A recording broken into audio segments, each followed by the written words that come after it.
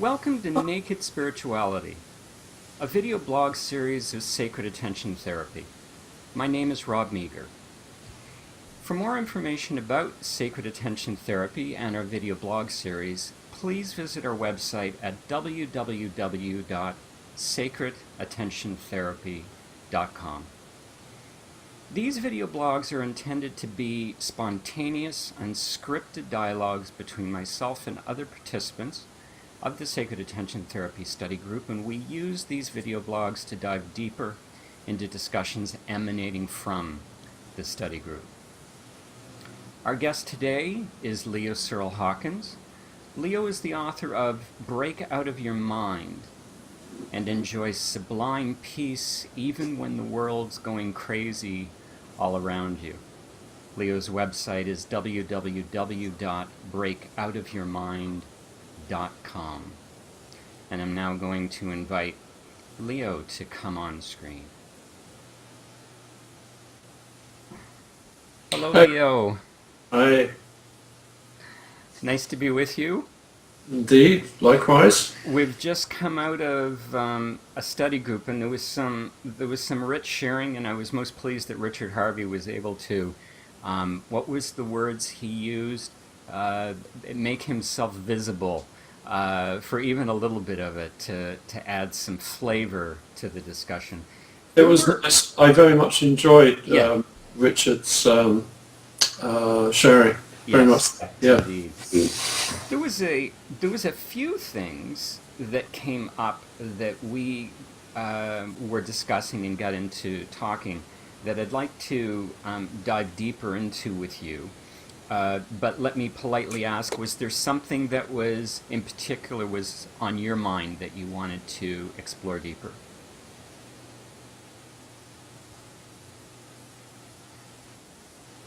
No, I don't think so. Okay. I'm going to begin with the topic of separation. It came up near the very beginning of the study group. It came up in the context of, I'm referring to my notes here, fields of consciousness. And I won't get into the discussion about fields of consciousness because that was a major thread of discussion during the study group. But you brought up this term, separation. And it's a term that's commonly used in spiritual milieu. And it has a fairly specific meaning for me based on some of the teachings I follow. And I'm always interested to hear other people's take on or what that term separation means for them. So, Leo, what does separation mean for you or to Okay. you? Sure. In the context that we're talking about it, to me it's an imaginary conceptual notion that there is some separation between who we are and the divine or God. There is some separation between divinity and the world. Yeah. And this is, so separation in this context is an imaginary concept. It's not real. And that's why self-inquiry is so powerful, because the truth simply dissolves the lie of the concept. Basically we're lying to ourselves. If we feel we're separate from another, we're fundamentally telling ourselves lies, because it's not true. We're not separate. Never have been, never will be. But if we start imagining a concept, which is a structure of thought, and then imagining that it's true, then we're fundamentally telling ourselves one big porky. So when we then when we inquire into the truth, is that true? And what is the truth of who I am? Well, then the truth, as Jesus said, the truth makes you free. And that's why, because the lie cannot withstand the truth. That's what I believe is behind the power of that teaching of Jesus. That's why it works. What intrigues me about this discussion around separation is not so much the separation itself, this idea, this illusion that we are separate from Source, from the divine, from God, use whatever name you want to. Sure. But it's more what fascinates me is how entrenched that belief in separation becomes to very quickly make it so real for us Yeah. that we can't even begin to comprehend Yeah. the illusion and the separation. And it's this development of this story, of this matrix, and I specifically I use that term because it's something else I hope we're going to be able to discuss today. But Yeah. this solidifying of this illusion, and I've become more and more intrigued because in my own psychology training, my own spiritual development, my own training, teaching, learning, I've become aware of the earthly origins of that illusion. And I guess what I'd like to ask of you is, have you an awareness of where that separation originated from for you in this earthly time and space? Wow. Whoa, I've never even heard that question before. Okay, let's see what comes. Where did this feeling of separation emerge from in me? In this earthly incarnation, yeah? Well, the first response that comes, and I do not mean this facetiously, is I've no idea at all. I have very clear perception of when it ended, but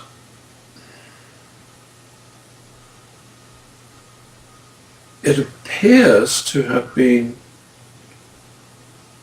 a tendency that came with me into this life. And this is my assumption, is that this was a tendency, a thought structure that was still had some life in it, which maybe even gave birth to this life. So there's no awareness of a beginning of a feeling of separation in this lifetime.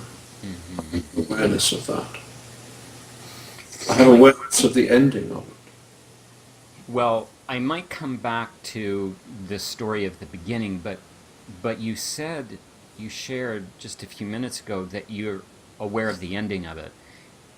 Sounds interesting. Can you share that awareness? Can you share that experience? Whew. Yes, first answer. Or should I say, I could share the words that come. No, I can't share the experience itself. Right. That's not possible. Yeah. It seems we all have to make that journey for ourselves. None of us, it seems, can give that to somebody else. I mean, one of my teachers apparently actually tried doing that with his students back in the late 70s, I think it was. And for a while they were actually functioning from an aware, enlightened state. But because they hadn't made the journey for themselves, every single one of them lost it eventually. So they didn't do it anymore. So, what was the question? Sorry. You talked about, and I thought it was a wonderful response about the beginning of the separation. Where was the beginning of the separation, and that you weren't really sure. You felt it may have come in with you into this time and space, but you did have an awareness of the end of the separation, and that I'm very interested to hear. What was that experience like, and when was the end of separation for you? Okay. Well, it appears to have happened on a number of occasions throughout quite a number of years, since this body was 17 to start with. But when I say I, but what I mean is this body, but it gets clunky in English, doesn't it, to speak like that. So when I was 18, I was graced to awaken to the nature of self existing as pure white light, pure being. And in this consciousness, which is pure consciousness, divine light, I use that word divine purposely, it's so beautiful. There was a continuation of who I am in beingness, and at the same time, simultaneously, an absolute clarity that who I am is not this body. It was just totally clear, totally obvious.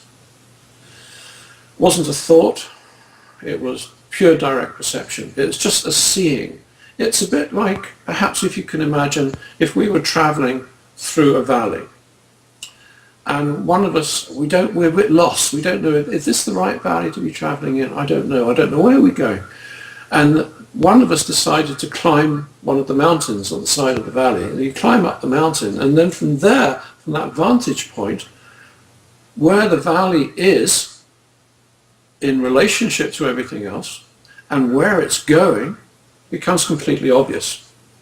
It's not a thought, it's not a philosophy, it's just, that's the valley.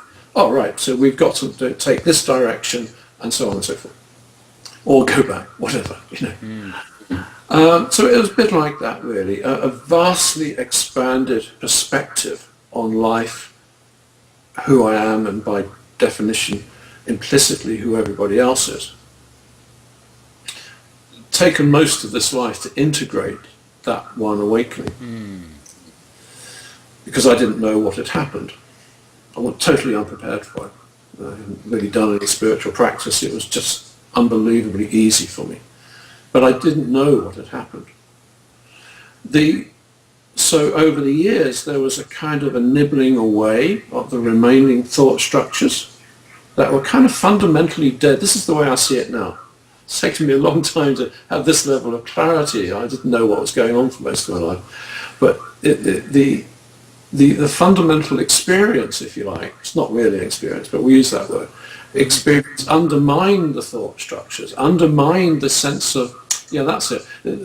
That awakening as pure consciousness, as pure divine light, fundamentally undermined the thought structures of identification that were previously in place of thinking, I am this body, or I am Leo, I am a son, so on and so forth, or I am my work role, whatever it might be.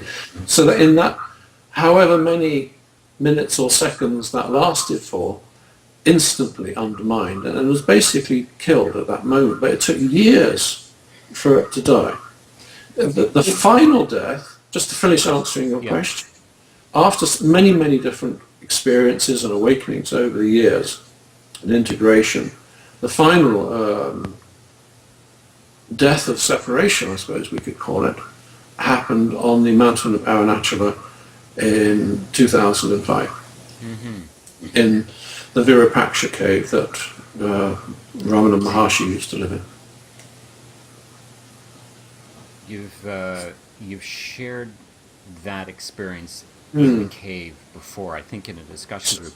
I want to ask Leo, the first reference to the awakening that you shared, the last time I had a conversation like this with someone who shared with me this awakening experience, it happened to be they were out with friends, they were at a restaurant, they were having a beautiful meal, and they excused themselves to go to the washroom.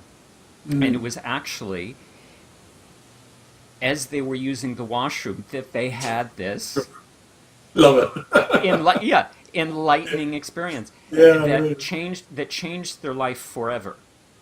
And as you described, it's been a number of years in earthly time for them to come to appreciate even more what that experience, almost out of body experience, was like. Way of saying it, yeah. Can I ask, for you, what were you doing Yes. at this time? That's If you may share, I'm that you perfectly had happy. this enlightened experience. Yeah, quite. I'm perfectly happy to. I was 18 years old. I was in my parents' house, and it was a Sunday, and it was something like about 1:45, I guess, and we always had Sunday lunch at 1 o'clock. And so I thought, well, what do I do? I got like about 15 minutes.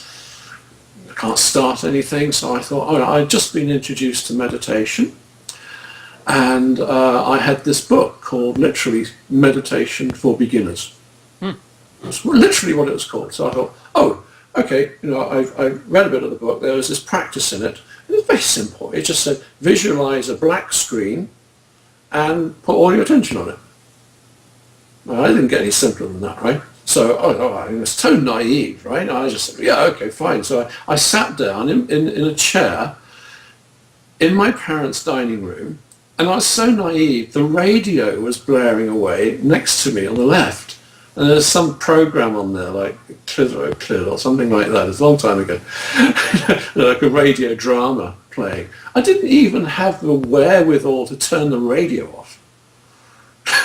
So I'm sitting there, and I said, okay, I'll do this meditation. And then, like seconds, I would imagine, there was this kind of it was like almost like a rushing and an upward kind of movement. It felt like that. And then whoosh, and I remember there was this feeling of something like going up. And maybe it was exiting from the top of the head, I don't know. But anyway, there's this feeling of going up. And then suddenly, instantaneously, I'm just pure white light, pure consciousness. Just pure being. With, at the same time, simultaneously, the complete awareness that there was a body. Oh yeah, well, there is a body. And it was completely obvious that, without thinking at all, it was completely obvious that this body was about as relevant to who I truly am as my big toenail. Yeah?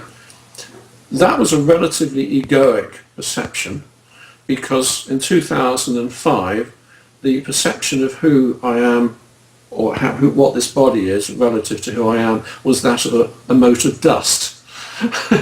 So the ego had disappeared a little bit over the years. Right. But at that time, it was just completely obvious. And then my mother called out, dinner's ready. It was literally true. And she said, dinner's ready. And I went, oh, all right. Opened my eyes, sat down at the table, ate roast beef and Yorkshire pudding with the family. And then I remember vividly, because I didn't know what had happened. The thing about that event was that it was so natural. It wasn't like an ecstatic experience and oh wow, I've just seen God or something like this. It was just, oh, I'm pure consciousness. It's something like that. Very ordinary. It was almost ordinary, right? And then during the conversation at the table, I just spontaneously started asking, well, who are you? And everybody kind of looked at me like really weird. And my mother said, well, who are you, Mother? And she said, well, I'm me. What are you talking about, son? Yeah. But this question, who am I, just spontaneously came. I was going to ask if your family noticed anything or if they commented anything when you came to the dinner table. Well, I guess they must have noticed something. Yeah. Their child suddenly asked, who am I and who are you at the dinner table? It just happened. It wasn't thought out. It was just like, oh my God, who are you really? Do you know who you are? Yeah. It was, your sharing reminded me of a not dissimilar experience I had. It was actually at my ordination ceremony. And we were called up in groups of 3 people in this class that was being ordained. And when I was called up as part of this group of 3, and came up to the area where the the brief ceremony for each priest that was being ordained would take place. As soon as I came up to this area, there was an energy that started to build, indescribable, not too strong, but there was definitely a tingling feeling throughout the body. When I actually sat in the chair, when it was my turn, and I actually sat in the chair, and the ordaining priest went through again the very brief ceremony, there was an energy built. You talked about this rising, and there was this energy build up within my body that it started here in the heart center, and it just started to expand in all directions outwards. And when it got to the end of my hands, my fingers, I felt like my hands were going to explode, literally. It didn't hurt. It wasn't a painful experience, but it was a what's happening. This is not what I'm used to experiencing. And at the same time, the energy started to come right out through the chest. It felt like my chest cavity was opening up. And then there was just a resounding presence and feeling of love that I was left with for quite a few minutes after that.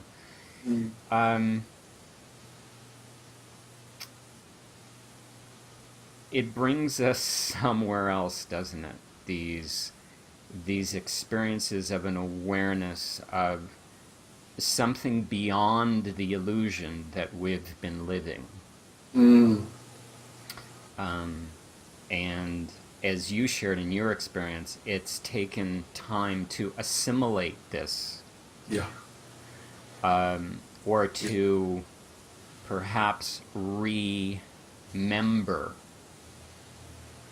to reconnect with that state on perhaps a more consistent basis.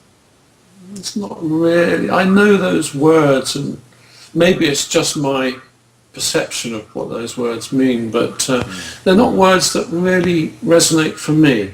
Okay. I'm not saying they're wrong, but Yep. to me it hasn't been a process of remembering. I've known who I am since I was 18. Right. So it's been a process of dropping away of everything that I used to think I was. Yeah. And then the emergence of who I truly am, more and more and more, in embodied, open-eyed, walking down the street awareness that we have more and more now. So it's a dropping away rather than a remembering. Right. For me, that's what it's been. Yeah. But everybody's different. I'm not saying it's wrong to remember, but that's just my experience. We may be sharing the same experience, and again, just using different words. For you, you're expressing it as the dropping of away, and I experience it as a thought of a recognition of another way of being that's always been who I truly am, and the strengthening of that that remembering. The way you expressed it reminded me of a teaching that goes something like this: seek not for love outside of you, but to remove the blockages to love you have built up around you. And so it's a taking down of the veils, it's a taking down of the barriers, because love, peace, call it whatever you want, exists as your natural state. But we build up the veils, the shields, the barriers around us to prevent the extension of that love. Absolutely. And that peace outwards. And you perfectly described my current practice, because my current practice, it's pretty much 24/7 now. I mean, even during sleep, it's kind of happening now. Is that just to stay absolutely alert to any emotional reaction, any judgments that come up, to acknowledge them, tell myself the truth. Oh, look, there's still a structure here, which gives rise to that feeling of separation, or unlove would be another word for the feeling of separation. Because I think separation and love are mutually exclusive. When separation is not, love just emerges. And that's my practice, is because there are, life is very full on. The subtitle of my book turned out to be very prophetic. Prophetic, not pathetic, prophetic. Because it's become absolutely what my life is like now. In some very intense life situations arise. Yeah, I'm creating a new business at the moment, and it's been incredibly hard work, and there's challenging relationships, and and yet throughout it all, what I come to see is it's a very mundane business. Well, perhaps all business is mundane, probably, but some have more of a gilded edge than others, perhaps. Anyway, my business is quite ordinary, and yet I've come to see it as a profound spiritual practice, because it triggers remaining structures of thought or remaining structures of separation that were lying dormant in me. So the experience of running this business allows it to be triggered, to be released, and that's what's happening more and more. Yes. And so it's actually very, very challenging. Yeah.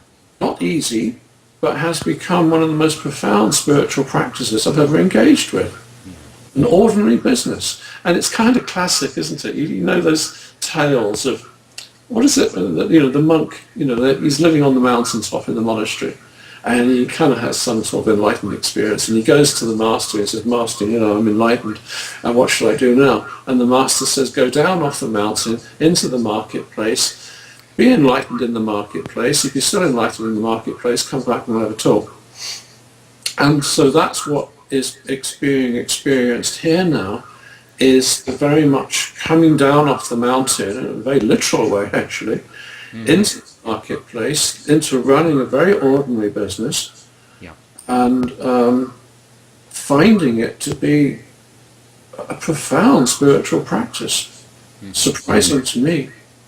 You've spent the last, 25 years or something involved in various professional fields of therapy, personal growth, coaching, mentoring, self-inquiry, teaching meditation, hosting spiritual groups of one kind or another, blah, blah, blah.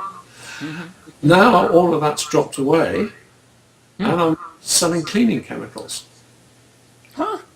Environmentally friendly ones, but everybody wants to know that. Right, yes. But, the last thing I would have imagined would have happened. But everything's just dropped away. And then all this focus onto this business, which at first seemed very weird, and now is turning around, and I'm feeling the most sublime peace arising, open-eyed, walking down the street, through practicing with the agency of running a very ordinary business, which I think is perhaps inspiring to other people. I don't know. I haven't really talked about it much. It's quite a new thing. Is that we don't have to retreat from the world. The peace that the great masters have talked about and pointed us towards is literally available here and now in the mundane, everyday reality of this world. It's not a concept, it's not a theory, it's literally true. If we really want it, and if we truly apply ourselves. Yeah. Your story as you just shared it reminds me of the great teachers, the great masters. I mean, Jesus being one of them. I believe Buddha was in the same milieu. The idea of, yes, they went off and spent a period of time in silence. Let's just use that word. But then after that period, they came back into the market. Okay. And spread their teachings through just everyday living. And your story that you just shared is quite inspiring. It's one that's I'm going to think about as I seemingly follow in a similar footsteps that you've been following. I'm yet though to let go of all the spiritual groups, of all the study groups that I'm currently joyfully immersed in. But know that if that day comes, I'll allow. But I'm still in that wonderful journey with the discussion groups and other related initiatives. Well, I'd say me too. Obviously, we're involved in this conversation, this dialogue, and I participate in your study group. Yeah. I go to a what do they call it, Insight Dialogue group here in Bristol, which is a Vipassana in conversation process, which is lovely, gorgeous bunch of people. And but most things I don't do, but just one or two. I went to a party the other night with a couple of close friends, and a gorgeous bunch of people there, and it was just delightful just to be there, and just gentle conversations with people, and I found it wonderfully nourishing. So, you know, I'm noticing that as well. It's not that, okay, I'm running a business selling cleaning chemicals. Well, yes, but if anything, I value that conscious company more than ever because I'm not surrounded by it as much as I used to be. Yes. I really value it immensely now. Well, I value our time together, Leo. Right. Delighted that you're able to be with us in the study group and enjoying these rather spontaneous and delightfully unscripted video dialogues, and I look forward to continuing, hopefully next week at this time. And until then, thank you, Leo. Well, thank you, Robert. Namaste. Namaste. Enjoy our dialogue. For now. Bye-bye.